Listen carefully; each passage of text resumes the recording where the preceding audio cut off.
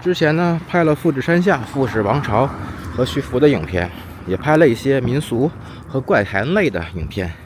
那这次我就来到日本最权威的国立历史民俗博物馆。听说这里有一句话内含玄机是可以把徐福的傳说进一步深入解读的。那除此之外呢，这里还能找到一些不公开的民俗和怪谈类的资料那这里分成5个常规展示馆和特別展示馆。那這次的目的就是看第1展示館和第4展示館。我們先來到第1展示館。其實我想找的關於徐福傳說的線索就藏在水稻做成的這段介紹文裡。大家仔細看它的介紹它寫的是很清楚目前日本考古發現，日本開始有水稻是從公元前10世紀的九州開始的。它最後結尾是卡在了公元前10世紀到公元前3世紀。如果對歷史不敏感的朋友可能看不出玄機但這就是最有趣也是最耐人尋味的地方了。因為徐福東渡就是公元前3世紀發生的。而日本為何要卡在公元前3世紀呢？因為這個時間點正好對日本社會出現了不可逆的結構性轉變。那簡單易懂的解釋就是日本發生了文明跳躍。那說到這裡呢，有些朋友是不是想說你又捕風捉影了？這可能只是巧合吧。那這次我就通過這個機會把徐福的傳說再進一步的深度解讀一下。首先呢，我先來講清楚一個時間線還有一些必備的常識認知。那先來說一下常識認知因為之前影片有人留言說徐福是虛構的，沒有史書記載這就是掛着我懂歷史的態度卻在說一些完全沒看歷史的話這麼一個重要的並且有多部史書記載的人物就被說成虛構的了。那咱們說回徐福雖然徐福確實是中國大陸出來的，且有多部史書記載但是大家忘了一個重要的事那就是徐福東渡之後話語權其實已經不在中文圈了。因為在那個沒有信息傳輸的年代，徐福做了什麼，去了哪裡，中國大陸這邊其實無從知曉。也許徐福試圖用過飛鴿傳書的方式回報信息，但是以現在的角度聯想，那簡直是不可能的事所以呢，這就發生了一件很有趣的事徐福確實來自中國大陸，但是中文圈對徐福的描述也是最胡說八道的。可以這麼說日本對於徐福東渡之後的話語權是遠高於中文圈的。那這次我就以日本的角度來說說徐福的傳說。那徐福在日本人心裡是什麼地位呢？準確的說是開放、接受，並且是以某些方面的祖先，並沒有太多的抵觸觀點和感情。目前日本發現的最早青銅器和渡來人的痕跡其實要比徐福再早300年左右，也確實帶來了先進的農業技術。但是結合剛才的文字描述你會發現日本並沒有因為這些零星的渡來人而對文明有什麼巨大的改變和進步。大家聯想一下歷史上的文明進化速度300年的跨度足可以讓一個文明的王朝從建立到衰敗了。但是在當時的日本卻什麼都沒發生。這並不是否定早期渡來人的影響而是說零星的技術輸入和成體系的制度性刺激對社會的影響層級是完全不同的。那日本呢，恰恰是在徐福東渡之後的時間點才迎來了文明進化。那咱們再把話題深度加大，現在認知中描述的都是徐福或者徐福帶着童男童女，但其實這是個錯誤理解徐福東渡指的可不是一個人，是一個在當時的東亞世界屬於極少數具備跨文明輸出能力的團隊他不只帶了童男童女，那這個團隊裡最核心的是眾多當時掌握了大秦最先進技術、制度和理念的專家，還有完善的工具、道具、儀器和種子。為什麼大家只記住了徐福的童男童女？因為童男童女的記載是史書中最容易被簡化的，也是最容易被後世記住的，所以才導致很多人的認知出現了理解上的偏差。而真正讓日本學界爭論不休的其實只有一個問題，那就是根據現存史料中公元前3世紀具備大規模跨海行動描述的徐福團隊是唯一一個。而就在那個時間點呀，日本卻迎來了文明跳躍。這不是單單農業上的進化，而是社會上的整體進化。從這個時間點開始，日本社會第一次進入了不可逆的結構性轉變軌道。那接下來呢，是制度存在的重要性啊。現在大家經歷了無數次改朝換代和制度更換，覺得似乎沒什麼太大差別啊。但是當時的環境，秦始皇可是中國的第一個皇帝，當時的中國才第一次有了統一的法律、制度、標準，這才是關鍵點。如果要想改變一個文明啊，首先呢，你就是要從一個有統一標準化国家出來的人，並且掌握的技術啊，是足以改变一個国家和区域的存在。在当时的東亞世界啊，能夠輸出完整制度與技術體系的，只有完成統一的秦帝國。而史書上記載過的，又符合公元前3世紀這個時間點的，也只有徐福團隊。那再結合呀，目前日本多地確實流傳着很多歷史悠久的關於徐福的傳說和祭典啊，所以呢，日本對徐福態度啊是非常開放，是可以接受的。之前啊，也有朋友提出了，現在很多徐福相關的景點都是17到18世紀修建的，這個數據是對的，沒有錯誤。但是流傳下來的民俗類的東西啊，是遠超17到18世紀的。那說到這裡呢，又要回答一個殘酷的話題，到底能不能確定徐福來了日本？這其實也就是歷史啊和考古的冷酷和灰色地帶了。只要沒出土一個帶有徐福名字的文物，並且啊經過測試確實是公元前3世紀的，那就不能給一個準確的答案。但這不就是歷史和考古擁有的魅力嗎？讓後人有了無限的遐想空間。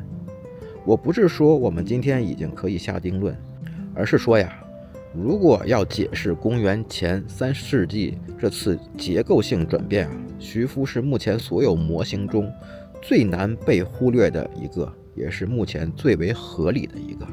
我這次來呢，並不是說啊，日本文明是被某一個人帶來的，而是在思考啊，在這個時間點上啊，日本呀是否接收過一次成體系的外來刺激？那或許徐福不單單指的是某個人啊，它更像是對一個時代和文明進化的代名詞，代表了整個文明輸出的行動。只是呀，這個代名詞呀，被後世以名字的方式流傳了下來。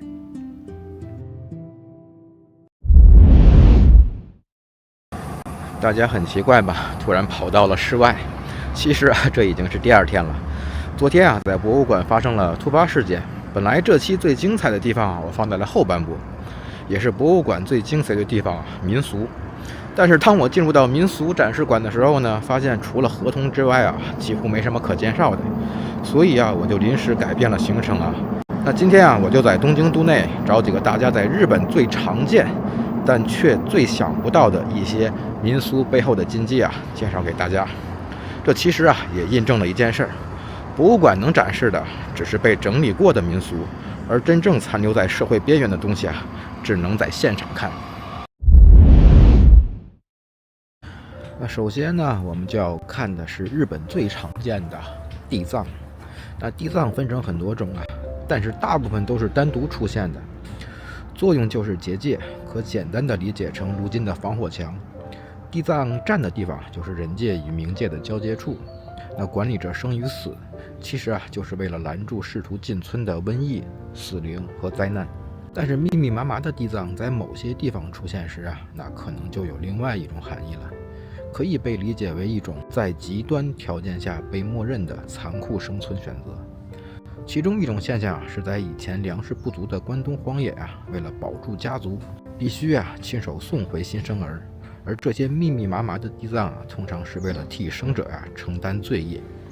某些地藏的背後啊，可能對應的是一個個被送回去的新生兒。那這也是為何地藏啊常帶有悲傷色彩。不過呢，如今看到的這些地藏或者是水子地藏啊，就單純是為了供養，或者是供養出生不久後夭折的嬰兒。所以呢，大家不用過多的聯想啊，或者是感覺到恐懼。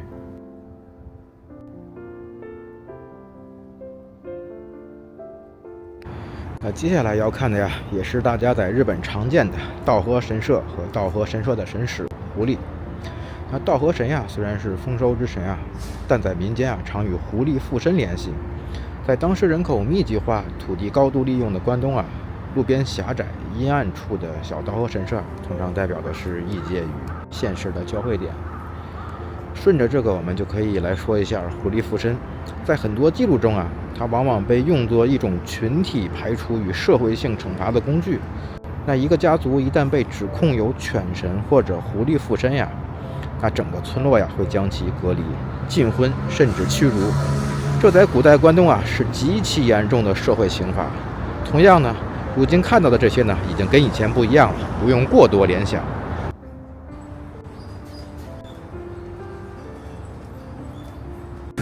接下來要看的就是道祖神了。其實，在東京都內啊，所剩的道祖神已經不多了，因為当時東京在快速建設期间啊，把很多道祖神啊都給拆除了。不過大家在東京之外啊，還是挺容易見到的，所以就順道給他講一講吧。那跟道祖神相關呀，並且要講的呀，其實就是宋神與邊境驅逐。其實道祖神呀，也是結界，也是防火牆，是用來守護村莊的。現代人會覺得這是祈福用的，但是在古代社會的運作邏輯中啊，它同時承擔了轉嫁災難的功能。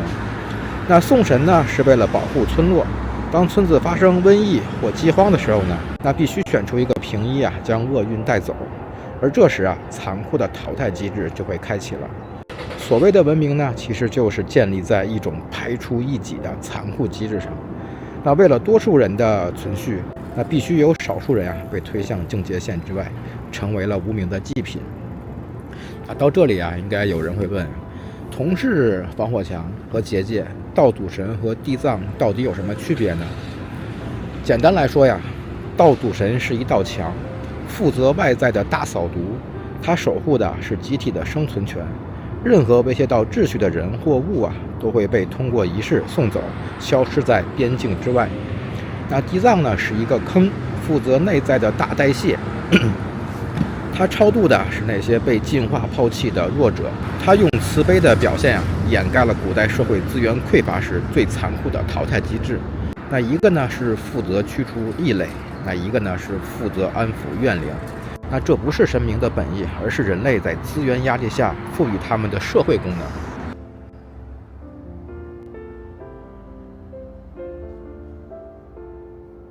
那接下來啊就要講河童了。不過當時在博物館啊，時間剩的不多了，所以我就趕快拍了幾張照片。那接下來呢，我就用照片來代替了，咱們講述一下河童。那為什麼要講它呢？因為它在日本之外啊，知名度非常高。那關於河童的描述啊，大多是會拉人下水。其實啊，這裡的深層含義啊，是對當時人柱行為的掩飾啊。為了安撫家屬或解釋啊，為何修堤壩總會死人，那人們創造了河童。那河童拉人下水啊，本質就是為了掩蓋水利設施不完善或祭祀犧牲的殘酷事實。那還有一種由來呢，是因為在古代貧困時期，農民將無力撫養的嬰兒投入河中，那這些屍體啊在水中泡發，變色後的樣子呀，成為了河童的原型。那河童傳說啊，其實是一種集體性的心理補償機制啊。我們不忍心承認是我們為了生存而丟棄了孩子，所以我們創造了一個怪物。我們說孩子是被妖怪帶走的，以此來逃避那種親手割舍骨肉的負罪感。那在諸多學術中啊，那普遍認為啊，河童啊不單單是來自於一兩個流傳下來的傳說，它是由多種傳說的一個結合物啊。所以呢，不要把这一兩個套在所有河童上啊。包括以前我也講過，當時講的河童呢是一個非常正向的形象，所以它很可能啊是由多個傳說然後演變成現在這個形象。所以呢，大家可以去翻找以前一些對河童的描述啊，會發現啊千奇百怪，其實不是統一的。接下來要說的呢，就是大家在日本經常看到的這種木質建築物啊，或者是保留下來的古民家。我相信很多人看到日本這些老的建築啊，都會有一些莫名其妙的恐懼感啊。很多人可能覺得是因為不懂日本人的審美或者文化，又或者是來自於恐怖片元素啊。其實不是啊，即便是日本人呀，其實他們對這種古老建築啊，也是帶着某種恐懼感的。只不過他們知道這個恐懼的來源，那接下來呢，我就給大家講一講啊。那日本人對於這種古老建築物的恐懼啊，主要是來自於房屋裡邊的黑暗處啊，或者是無光的角落。那這種空間結構啊，反映了日本文化的內與外啊。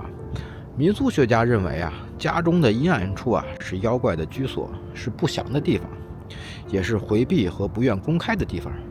但其實啊，在以前啊，最黑暗的地方啊，往往隱藏的是家族不願對外展示的禁忌啊，甚至是那些被禁锢的殘缺的家族成員。那在某些歷史階段與特定條件下，家呢對外是遮風避雨的港灣，對內有時卻是處理不合格成員的監牢啊。說到這裡呢，大家一定要搞好一個因果關係啊。那在以前那個物資匱乏、技術落後的年代呢，这種木質建築物啊，它的出現是必然的，也是必需品。是先有了這些房屋之後呢，日本人的这個心理和文化才有了慢慢的这個演變啊，並不是因為日本人為了要做這些不好的事兒啊，才會去建這些木質建築啊。這個因果關係一定要搞清楚啊，不然你這個東西會有很大的誤解。那最後要看的是目前東京都內最大的富士冢。如果說出民俗的名字啊，可能很多人沒聽過啊，但是我把這個講完啊，大家絕對會恍然大悟。那這個民俗啊，就叫胎內潛。其實正規的胎內潛啊，要鑽過一個狹窄的洞穴，含義呢是祈求重生。但其實啊，現在很多日本人都忘了，胎內潛呀，不單單指的是穿過狹窄的洞穴。那富士山或者是一些靈山啊，在神道教中啊，被稱為母體的象徵。所以啊，以前的日本呀，登山呀，或者是穿過狹窄的洞穴啊，都等同於回歸子宮，含義啊就是獲得重生。說到這裡呢，大家應該就明白日本人啊為什麼會把登山啊稱為修行。其實啊，登山走的山路啊，就等同於在胎內行走，也是另一種含義的胎內潛。看到登山修行的日本人啊，都會穿着白衣，那這是代表入殮的壽衣啊。所以呢，大家看到這個富士冢的蜿蜒小路啊，聯想到什麼了嗎？如果還沒有聯想到呢，也沒關係，因為接下來才是重點啊。那胎內潛的深層含義啊，其實非常的冰冷啊。那在古代呀，這象徵着主動進入死者的世界再回來。那結合我們前邊說的人柱啊和送神，那這反映了古代日本人的生死觀呀。生命是可以被置換的。那為了讓群體重生啊，必須有人走進黑暗。那這個儀式啊，其實是提醒後人啊，現在的繁榮啊，是建立在無數次踏入黑暗的犧牲之上的。那說到這裡，如果大家還是無法聯想的話呢，那就可以簡單理解為啊，為了讓大多數群體能夠存活下來，那只能去犧牲少部分群體，讓少部分群體的消失或者毀滅啊，換來絕大多數人的重生。這麼一說，大家是不是就非常簡單易懂了？